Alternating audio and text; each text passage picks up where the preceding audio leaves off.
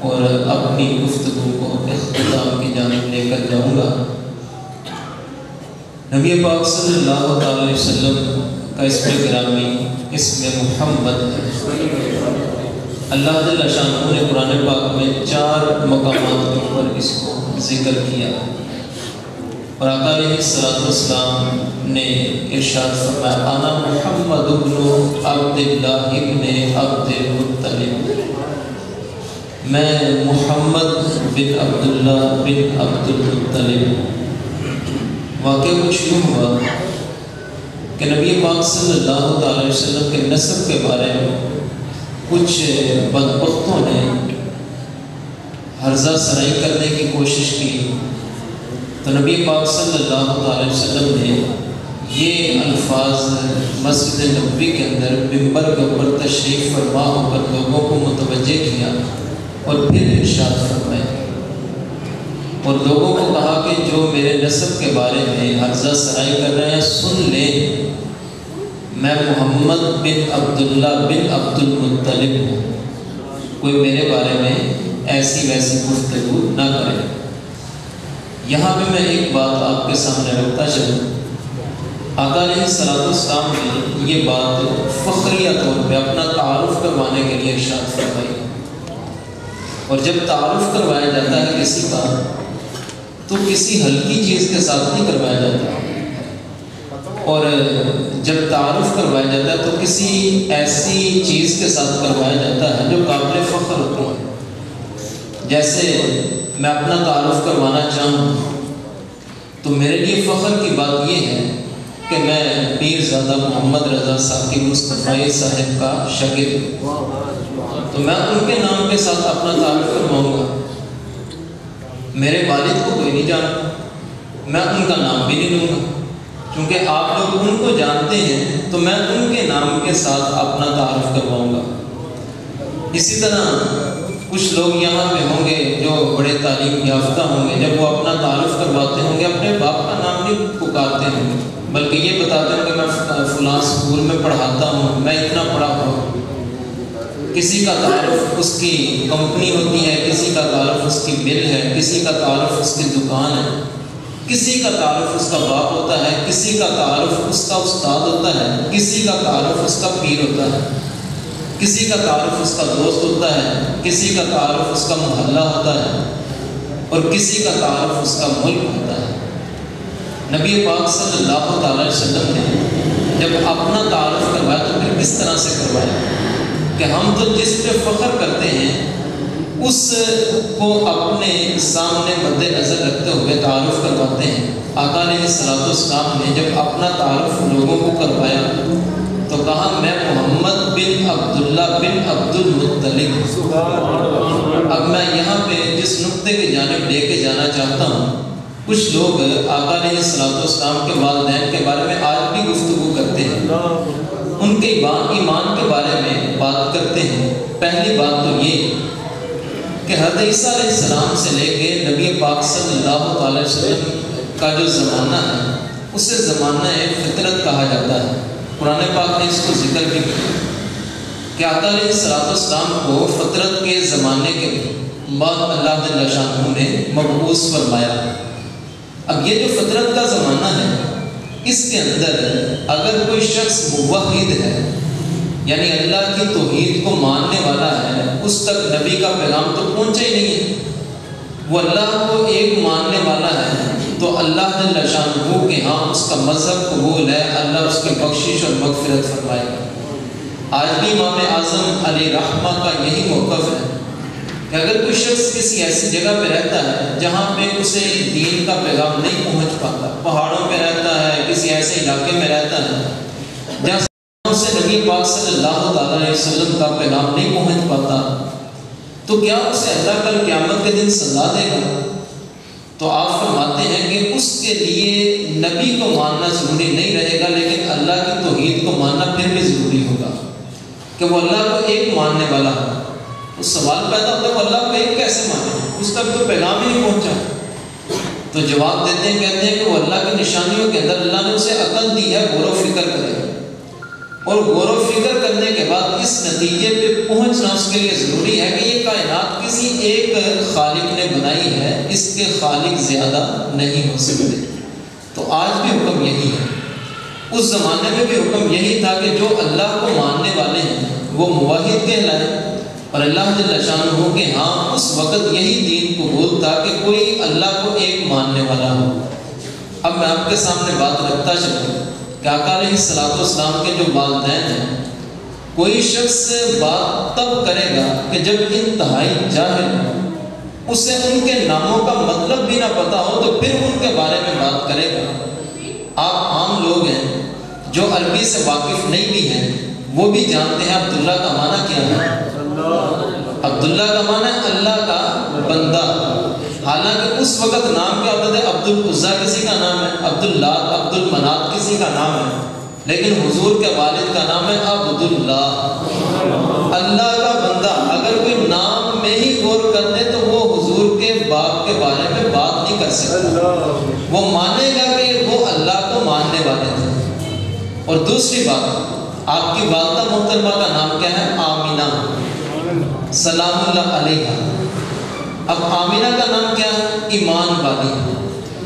آمینہ کا مطلب ہی یہ ہے ایمان والی۔ تو اگر صرف معنی کے اندر ہی غور کر دیا جائے تو ان کے ایمان کے بارے میں کوئی شک کر سکتا نہیں۔ اب اگلی بات، آقا علیہ الصلوۃ والسلام نے جب اپنا تعارف کروایا تو اپنے والد، اپنے دادا کے نام سے کروایا، لوگوں کو یہ بتایا کہ مشرک تو نجس ہوتے ہیں، انما المشرکون نجس۔ قرآن نے سورہ توبہ کے اندر بیان کیا کہ مشرک نجس ہے، اسی لیے آقا علیہ الصلوۃ والسلام نے یہ بات ارشاد فرمائی کہ میں پاک سلبوں سے ہوتا ہوا پاک رحموں کی طرف منتقل ہوا ہوں اور پھر میری ولادت ہوئی۔ یعنی حضرت آدم علیہ السلام سے لے کے حضرت عبداللہ، حضرت آمینہ سلام اللہ علیہ تک آپ کے نسب کے اندر کوئی بھی مشرک نہیں ہو سکتا۔ علماء نے لکھا ہے جہاں پہ اللہ جل شانہ نے حضرت ابراہیم علیہ السلام کے بارے میں لوگوں کو بتایا اور وہاں پہ آزر کے لیے باپ کا لفظ ذکر کیا گیا، اور باپ کے بارے میں لوگوں نے جو وہ باپ ہی لکھ دیا، لیکن امام فخر الدین رازی نے یہاں پہ بڑی خوبصورت بحث کی ہے۔ آپ فرماتے ہیں کہ چونکہ حضرت ابراہیم علیہ السلام نبی پاک صلی اللہ علیہ وسلم کے نسب میں آتے ہیں، اگر ان کا باپ مشرک ہو، بتوں کو پوجنے والا ہو، تو پھر حضور نے یہ جو ارشاد فرمایا میں پاک سلبوں سے پاک رحموں کی طرف منتقل ہوا ہوں، تو پھر یہ بات صادق نہیں آئے گی۔ تو امام فخر الدین رازی نے اس کی تحقیق کی پھر کہ کون سی، کیا یہ حدیث صحیح ہے یا وہ بات صحیح ہے؟ تو جب تحقیق کی تو اس نتیجے پہ پہنچتے ہیں حضرت ابراہیم علیہ السلام کے جو باپ ہیں وہ آزر نہیں بلکہ تعارف ہے، اور جو آزر ہے یہ حضرت ابراہیم علیہ السلام کا چچا ہے، اور اس پر وہ بہت سارے دلائل دیتے ہیں کہ جیسے آج کے زمانے کے اندر بھی جب باپ انتقال کر جائیں گے، ویسے بھی کئی خاندانوں میں مروج ہوتا ہے وہ تائے کو، چاچا کو بھی باپ کے نام سے کہ یہ بھی ابو جی ہیں، دادا کو بھی ابو جی کہہ دیتے ہیں، تو سب کے لیے باپ کا لفظ بول دیا جاتا ہے۔ اسی طرح حضرت ابراہیم علیہ السلام کے جو والد تھے وہ بچپن کے اندر انتقال کر گئے، تو پھر چچا نے پرورش کی، تو اس وجہ سے ان کو باپ کہتے تھے۔ تو اس وجہ سے اللہ جل شانہ نے قرآن پاک میں باپ کے لفظ سے، اب کے لفظ سے ذکر کیا۔ تو اس لیے یہ بات ذہن میں رکھی جائے کہ نبی پاک صلی اللہ علیہ وسلم کے پورے نسب کے اندر حضرت آدم علیہ السلام سے لے کے حضرت آمینہ سلام اللہ علیہ تک کوئی بھی ایسا فرد نہیں آیا کہ جو اللہ کو ماننے والا نہ ہو، سارے کے سارے ہی ایماندار ہیں۔ اب یہ تو تمہید میں نے باندھی، اب آئیے اصل بات کی طرف۔ آقا علیہ الصلوۃ والسلام نے بتایا کہ انا محمد، میں محمد ہوں، و انا احمد، اور میں احمد بھی ہوں۔ نبی پاک صلی اللہ علیہ وسلم کے یہ دو نام زیادہ معروف ہیں۔ ویسے حضور علیہ الصلوۃ والسلام کے 99 نام ہیں، اللہ جل شانہ کے بھی 99 نام ہیں، لیکن یہ دو نام آقا علیہ الصلوۃ والسلام کے زیادہ معروف اس لیے ہیں کہ آسمانوں پہ اور پہلے انبیاء میں جو نام آپ کا معروف تھا وہ تھا احمد، اور جو آپ کا نام رکھا گیا دنیا کے اوپر وہ تھا محمد۔ اب یہ نام ایسا ہے کہ اس پر گھنٹوں بھی گفتگو کی جائے تو گفتگو مکمل نہیں ہو سکتی۔ ذرا توجہ کیجئے، پہلے جتنے بھی انبیاء آئے ان کے جو نام تھے ان کے نام کے اندر کوئی خاص معنویت نہیں پائی جاتی۔ جیسا کہتے ہیں آدم علیہ السلام قدمہ سے ہے، قدمہ کہتے ہیں گندمی رنگ والے کو، تو کوئی خاص معنویت نہیں پائی جاتی۔ ایک نبی کا نام ہے اس وجہ سے بڑا برکت ہے۔ نوح سے ہے یعنی رات الاپنا، تو اس کے اندر بھی کوئی معنویت نہیں پائی جاتی، لیکن چونکہ نبی کا نام ہے اس ذات کی وجہ سے اس نام کی عظمت ہے۔ اسی طرح یعقوب علیہ السلام، یعقوب عقب سے ہے بعد میں آنے والا، تو اگر اس کی معنویت کو دیکھا جائے تو کوئی خاص معنی نہیں پایا جاتا، لیکن چونکہ نبی کا نام ہے اس وجہ سے بابرکت ہے۔ اب پہلے جو انبیاء تھے ان کے جو نام تھے ان کے اندر معنویت کوئی خاص نہیں پائی جاتی تھی، لیکن جو نبی پاک صلی اللہ تعالی علیہ وسلم کا نام ہے وہ ایسا ہے کہ جس کا معنی ہی ایسا ہے کہ سن کے سینے کے اندر ٹھنڈ پڑ جاتی ہے۔ کرتاس کے چہرے پہ ایک لفظ لکھا میں نے، کرتاس کے چہرے پہ ایک لفظ لکھا میں نے، جس لفظ کی خوشبو سے ہر چیز معطر ہے، ہر چیز منور ہے، ہر چیز مکمل ہے، وہ لفظ محمد ہے، وہ لفظ محمد ہے۔ نبی پاک صلی اللہ علیہ وسلم کے نام کا معنی ہے الذی یحمد حمدا بعد حمد، مرتن بعد مرتن، مرہ کرتن بعد کرتن، کہ محمد وہ ہوتا ہے کہ جس کی بار بار تعریف کی جائے، الفاظ ختم ہو جائیں لیکن اس کی تعریف ختم نہ ہو، کیونکہ ہر شخص جب حضور کی مدح کرنے لگتا ہے تو آج 1400 سال سے زائد کا عرصہ گزر چکا ہے، کوئی شخص سینکڑوں کتابیں لکھنے کے بعد بھی یہ نہیں کہتا میں نے حضور کے سارے ابواب کو سمیٹ دیا، بلکہ آخر تھک ہار کے یہی کہتا نظر آتا ہے کہ اعلیٰ حضرت نے بھی جب لکھنا چاہا نا تو سمجھ نہیں آ رہی کہ حضور کو کن الفاظ کے ساتھ یاد کروں۔ آخر کا کہتے ہیں سرور کہوں کہ مالکو مولا کہوں تجھے، سرور کہوں کہ مالکو مولا کہوں تجھے، باغ خلیل کا گل زیبا کہوں تجھے، تیرے تو وصف عیب تناہی سے ہیں بری، حیران ہوں میرے شاہ میں کیا کیا کہوں تجھے، لیکن رضا نے ختم سخن اس پہ کر دیا، خالق کا بندہ خلق کا آقا کہوں تجھے۔ آخر کار یہی کہنا پڑتا ہے لا یمکن الثناء کما کان حقہ، بعد از خدا بزرگ تو ہی قصہ مختصر۔ اور کسی نے یہ بھی کہا زندگیاں ختم ہوئیں اور قلم ٹوٹ گئے، پر تیرے اوصاف کا ایک باب بھی پورا نہ ہوا۔ 1400 سال کا عرصہ گزر گیا، کوئی ایک وصف بھی مکمل طور پہ بیان نہیں کر سکا، تو پھر کیسے حضور کی مدح کی جا سکتی ہے؟ تو کہا کہ وہ جس کی بار بار مدح کی جائے، الفاظ ختم ہو جائیں لیکن اس کی مدح ختم نہ ہو۔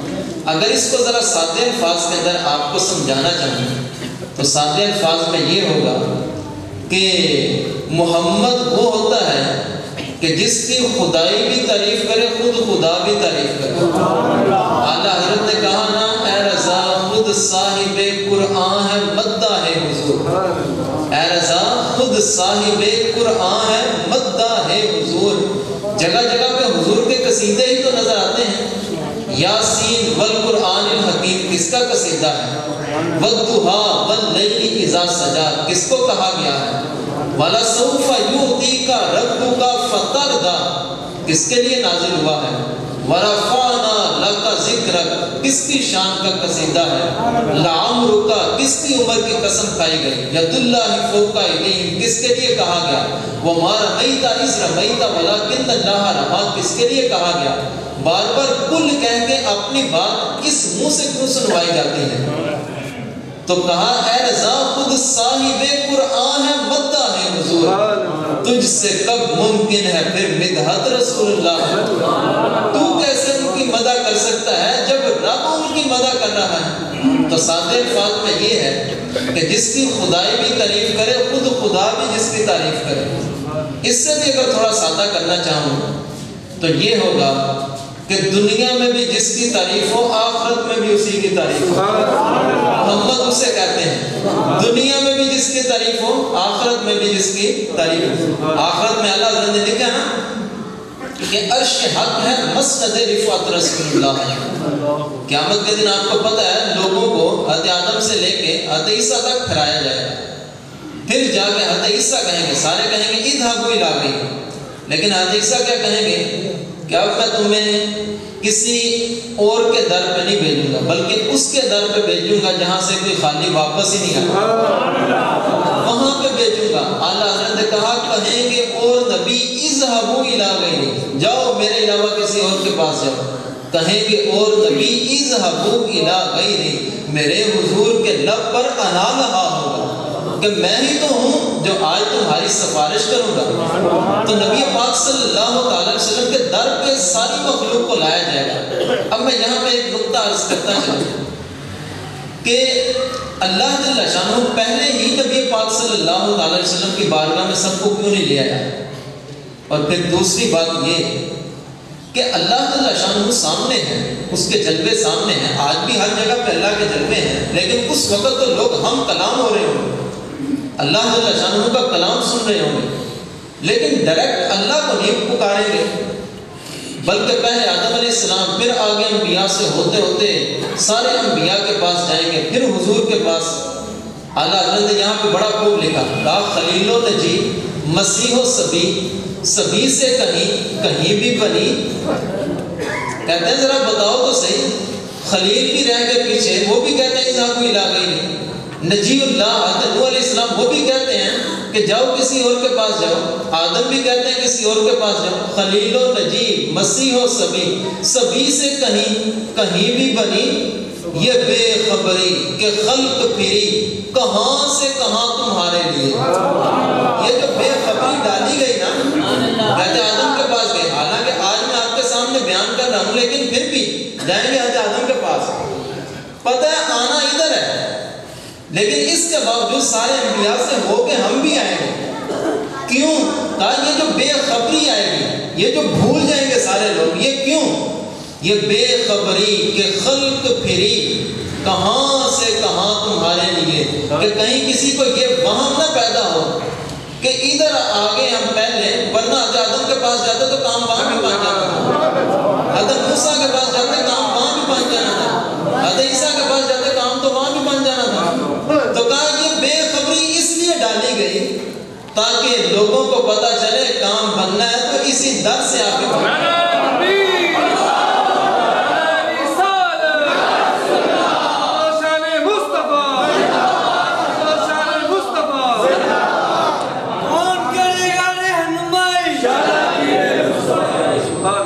خلیل و نجی مسیح و سبی, سبی سے کہیں بھی بنی. پوچھتے ہیں, سوال کرتے ہیں, کہیں بھی بنی.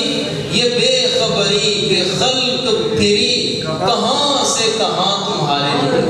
تو یہ ہے کہ جس کی, اور پھر اللہ جل شانہ جو آپ کو عزتوں کا تاج پہنائے گا, اللہ کے عرش کے اوپر اور کوئی نہیں بیٹھے گا. آج میں اگر آپ میں سے کسی کو چاہوں کہ میں جناب فلاں صاحب یہاں پہ تشریف لے آئیں اسٹیج کے اوپر, پہلے لوگ بیٹھے ہوئے تھے لیکن اب سارے نیچے ہیں. اب اگر میں کسی کو بلاؤں تو مجھے کہنا پڑے گا جناب ان کو میں نے اس لیے بلایا کہ ان کی یہ جو ہے وہ عظمت ہے, ان کا یہ تعارف ہے, اس لیے ان کو یہاں پہ بلا رہا ہوں. ظاہر ان کا باقیوں سے کوئی نہ کوئی امتیازی پہلو ہوگا, ورنہ آپ سارے لوگ ہمارے مہمان ہیں. تو کسی ایک کو بلانا ہو تو کوئی نہ کوئی اس کا امتیازی پہلو ہوگا, وہ سب سے کسی نہ کسی وجہ سے افضل ہوگا, اس وجہ سے یہاں پہ بلایا جائے گا. کل قیامت کا دن ہوگا, لوگ اللہ کے عرش کے سائے کے نیچے آنے کی جگہ تلاش کر رہے ہیں, لیکن وہاں بھی نہیں آنے پائیں گے. کسی کو موقع ملے گا وہاں پہ اللہ کے عرش کے سائے کے نیچے آئے, لیکن جب حضور کی باری آئے گی اللہ عرش کے سائے کے نیچے نہیں بلکہ کہے گا اے حبیب آپ میرے عرش کے اوپر آئیے. اللہ نے کہا عرش حق ہے مسند رفعت رسول اللہ کی, عرش حق ہے مسند رفعت رسول اللہ کی, دیکھنی ہے حشر میں عزت رسول اللہ. گا کہ حضور کی عزت اور عظمت کیا ہے. دیکھنی ہے حشر میں, دیکھنی ہے نا, دیکھنی ہے حشر میں عزت رسول اللہ. تو نبی پاک صلی اللہ علیہ وسلم کا مقام اور مرتبہ تجھ سے اور جنت سے کیا مطلب منافق دور ہو. تجھ سے اور جو ان کی عظمتوں کو نہیں مانتا منافق ہی ہے نا. تجھ سے اور جنت سے کیا مطلب منافق دور ہو. ہم رسول اللہ کے جنت رسول اللہ, دیکھنی ہے حشر میں عزت رسول اللہ کی. جب حضور کے ہو جائیں گے تو پھر ساری کائنات ہماری, جنت بھی ہماری, رب بھی ہمارا. تو میں بات کر رہا تھا کہ محمد وہ ہوتا ہے کہ جس کی دنیا میں بھی تعریف کی جائے آخرت میں بھی اسی کی تعریف کی جائے. الفاظ ختم ہو جائیں لیکن تعریف ختم نہ ہو. محمد وہ ہوتا ہے. بلکہ حضرت آدم علیہ السلام کا جب انتقال ہونے لگا نا تو آپ کے بعد جو خلیفہ بنے وہ حضرت شیس علیہ السلام تھے. حضرت آدم علیہ السلام نے ان کو جو وصیت کی تھی وہ کیا تھا؟ کہا کہ اے شیس میں تجھے ایک بات کہنا چاہتا ہوں, اگر تیرے اوپر کوئی مشکل وقت بن جائے, جب تیری بگڑی نہ بنے, رب تیری فریاد کو نہ سنے, تو میں تجھے ایک نسخہ بتاتا ہوں. وہ نسخہ یہ ہے کہ تو اللہ کے حضور محمد صلی اللہ علیہ وسلم کے وسیلے سے دعا مانگنا, اللہ اس وسیلے کو کبھی رد نہیں کرتا. انہوں نے عرض کی کہ حضرت یہ کیا بات ہے, یہ کون ہے, اور پھر آپ یہ کیوں کہہ رہے ہیں؟ کہا کیونکہ میں نے آزمایا ہوا ہے, اور آزمایا اس طرح سے ہے کہ جب اللہ جل شانہ نے جنت سے زمین پہ بھیجا, وہ دانہ چکھ لیا تھا, زمین پہ بھیجا, تو 309 سال تقریباً میں ایسے ہی رہا, رب کو پکارتا رہا لیکن جواب نہیں آتا تھا, روتا تھا, ہلکے پڑ گئے آنکھوں کی گرد, لیکن ادھر سے جواب نہیں آتا تھا. رب کے حضور پوری دنیا چھان ماری, جگہ جگہ پہ پھرا لیکن جواب نہیں آیا.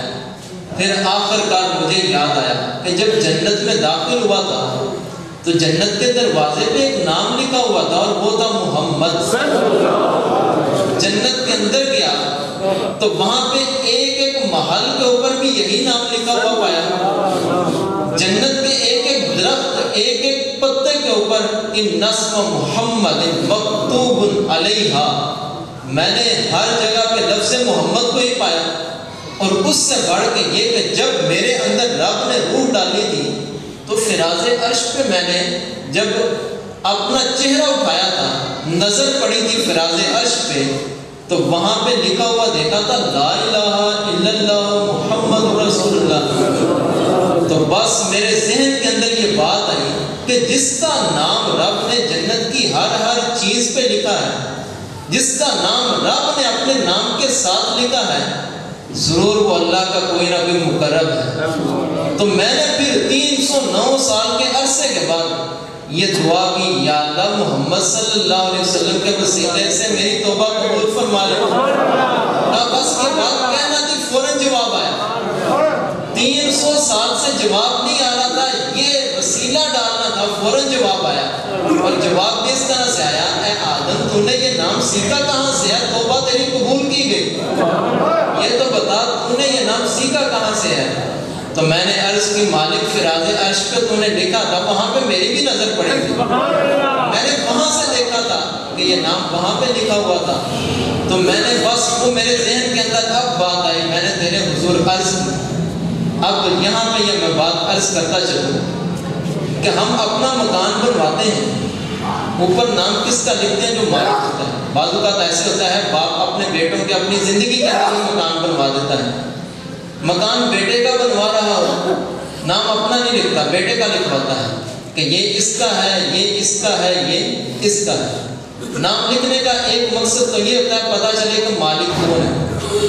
جو بنوا رہا وہ مالک نہیں ہے, بلکہ مالک جس کو بنائے گا وہ مالک ہے. یعنی بنوا تو میں رہا ہوں, پیسے بھی میں دے رہا ہوں, لیکن میں نے ملکیت اس کو کر دی.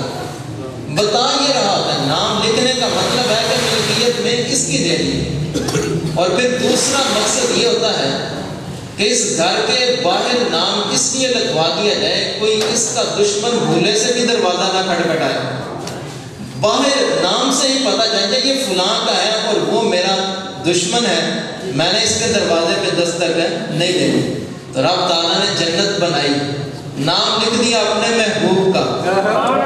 کیوں کہیں کہ خالق کل نے آپ کو مالک کل بنا دیا، خالق کل نے آپ کو مالک کل بنا دیا، دونوں جہاں ہیں آپ کے قبضہ و اختیار میں، دنیا میں بھی ان کی چلتی ہے، آخرت میں بھی ان کی چلے گی۔ تو رب نے جنت بنائی اور اوپر نام لکھ کے بتایا کہ مالک میں نے اپنے حبیب کو بنا دیا، بسانا اس کا کام ہے، ان کا دشمن اس کے قریب نہ آنے پائے، نام دیکھ کے پیچھے ہٹ جائے۔ اور علامہ اقبال کا اگر لہجہ تو انہوں نے کیا خوب کہا تھا، کہا کہ بلکہ اس کو میں پیچھے سے شروع کرتا ہوں کہ علامہ اقبال ایک دفعہ اسٹیج کے اوپر براجمان تھے، محفل نعت تھی، کسی شاعر کسی نعت خواہ نے اعلیٰ حضرت کا کلام پڑھا اور کلام بڑا خوبصورت، ایسا کلام کہ الفاظ کیا ہے موتی بکھیرے ہوئے، کیا کلام ہے؟ زہے عزت و اطلاع محمد کہ ہے عرش حق زیر پائے محمد، مقام عرش ان کا فلک فرش ان کا، ملک خادمان سرائے محمد۔ اب جب وہ نعت پڑھ کے سٹیج سے نیچے اترا تو اقبال ایک وجد کی کیفیت میں تھے اور جلدی سے جو وہ آگے بڑھے اور کھڑے ہوئے، کہا کہ ذرا مجھ سے بھی اب سنو، وزن وہی ہے لیکن کلام میرا ہے، اشعار میرے ہیں، دو شعر وہاں پہ بیٹھے بیٹھے اسی وزن پہ کہیں، وہ کیا ہے؟ اب ذرا پیچھے سے پھر سنیے، زہے عزت و اطلاع محمد کہ ہے عرش حق زیر پائے محمد، مقام عرش ان کا فلک فرش ان کا، ملک خادمان سرائے محمد، تعجب کی جا ہے کہ فردوس بالا، جنت تعجب کی جا ہے کہ فردوس بالا، بنائے خدا اور بسائے محمد، تماشا تو دیکھو کہ دوزخ کی آتش لگائے خدا اور بجائے صلی اللہ علیہ وسلم۔ تو یہ ہے کہ اللہ نے جنت بنائی لیکن بتایا یہ کہ اس کو بسانا میرے نبی نے ہے۔ وقت اپنی گھڑیاں سمیٹ چکا ہے، میں آخری بات صرف عرض کرتا چلوں۔ حضرت موسیٰ علیہ السلام کی جانب اللہ جل شانہ نے وحی فرمائی، کہا کہ اے موسیٰ میرا ایک بندہ فلاں بستی کے اندر انتقال کر گیا ہے، لوگوں نے اس کی قدر نہیں کی، اس کو کچرے کے ڈھیر کے اوپر پھینک دیا ہے۔ علامہ جلال الدین سیوطی نے اس کو لکھا ہے، کہا کہ اسے کچرے کے ڈھیر کے اوپر پھینک دیا ہے تو ایسے کرو، انخرج وصلی علیہ، وہاں سے اٹھاؤ اور اس پہ نماز پڑھو۔ اس حدیث سے کچھ لوگ لیتے ہیں کہ پہلی جو امتیں تھیں ان میں بھی جنازہ پڑھا جاتا تھا، اس لیے فرمایا وصلی علیہ، اور کچھ نے کہا دعا کرو، یہ کہا گیا تو کہا کہ وہاں سے اٹھاؤ اس کو، جب وہ تجہیز و تکفین کرو اس کے اوپر جنازہ پڑھو۔ تو اب حضرت موسیٰ علیہ السلام پوچھتے پچھاتے اس بستی میں پہنچے، وہاں پہ جا کے جب نام لیا تو لوگ حیران رہ گئے، کہا کہ حضرت آپ اس بدبخت کے بارے میں پوچھ رہے ہیں، وہ تو شرابی تھا، وہ تو فلاں گناہ بھی کرتا تھا، فلاں گناہ بھی کرتا تھا، ہم نے تو اس کے اندر کوئی نیکی دیکھی ہی نہیں ہے۔ تو کہا کہ ہے کدھر؟ کہا کہ وہ کچرے کے ڈھیر کے اوپر لوگوں نے پھینک دیا، ہم نے تو کہا خس تم جہاں پاک کہ مرا، لوگوں نے کہا جان چھوٹی ہے، اس کے شر سے بچ گئے ہیں، اور آپ اس کا پوچھنے کے لیے یہاں پہ آئے۔ جلدی سے گئے، حکم خدا بندی تھا، وہاں پہ جا کے دیکھا اس کی لاش کچرے کے ڈھیر کے اوپر پڑی ہوئی تھی، ساتھ میں کچھ خادم بھی تھے، ان کو کہا جلدی سے انہوں نے پکڑا، غسل دیا اور اس کی تجہیز و تکفین کی۔ اس کے بعد حیرت کی وادی میں گم ہے، رب تعالیٰ سے عرض کرتے ہیں مالک تو نے حکم دیا، میں نے پہلے اس کی بجاوری کی، ورنہ جو حالات تھے دل نہیں کر رہا تھا کہ اس کی بجاوری کروں، پہلے تجھ سے پوچھوں، دل یہی کر رہا تھا، لیکن تیرا حکم میں نے پہلے مانا۔ لیکن اب میرا تعجب بھی تو دور ہو، یہ تو بتا اسے یہ منصب کیوں دیا گیا کہ مجھے وقت کا نبی ہوں، مجھے بھیجا گیا کہ اس کو یہاں سے اٹھائیے، جس کی لوگوں نے قدر نہیں کی اللہ کا نبی اس کی قدر کرے، اس کو تجہیز و تکفین کرنے کا کہا، تو بتا اے مالک تو نے اس کو یہ عزت افزائی کیوں دی؟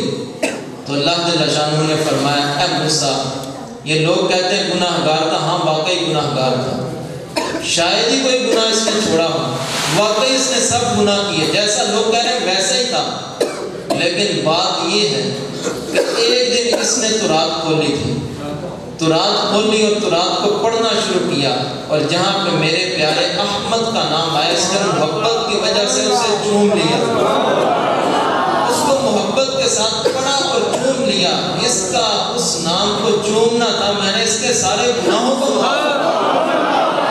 تعظیم جس نے کی ہے محمد کے نام کی، تعظیم جس نے کی ہے محمد، اللہ نے اس پہ آتش دوزخ حرام کی، اللہ نے اس پہ آتش ابن عمر کا پاؤں شند ہو گیا نا، سن ہو گیا، تو کسی نے کہا تو معاویہ نے غالباً کہا کہ اس کا نام لے جو تجھے سب سے زیادہ محبوب ہے، تو کہا وہ اور کون ہو سکتا، وہ تو میرے پیارے آقا، کہا یا محمد، اتنا کہا فوراً پاؤں صحیح ہو گیا۔ اس نام کی تعظیم تو اس شاد سے پوچھو، اس نام کی تعظیم تو اس شاد سے پوچھو، رات کا یہ پہر ہے لیکن پھر بھی آپ جاگ رہے ہیں اور سبحان اللہ کہہ رہے ہیں، اور ایک ایک میرا لفظ آپ غور سے سنیں، میرا لفظ تو نہیں ہے، اصل میں بات تو ان کی ہو رہی ہے اس لیے سن رہے ہیں، تو ایک ایک لفظ آپ سن رہے ہیں اس پہر میں، بات کیا ہے، نیند آپ کے قریب بھی نہیں ہے، اس نام کی تعظیم تو اس شاد سے پوچھو، نیند گئی کہاں پہ، اس نام کی تعظیم تو اس شاد سے پوچھو، جان آ گئی تن میں جو لیا نام محمد صلی اللہ علیہ وسلم، آخر دعوانا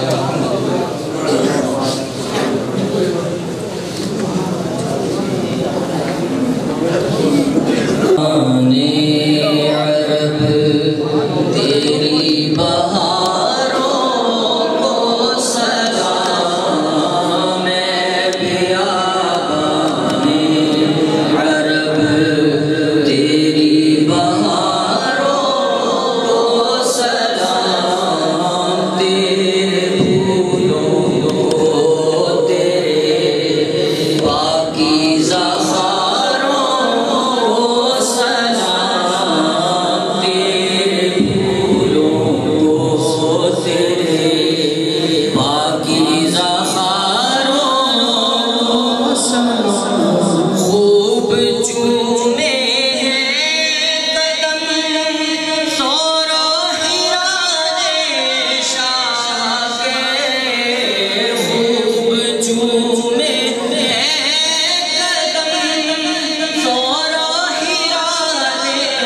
شاہ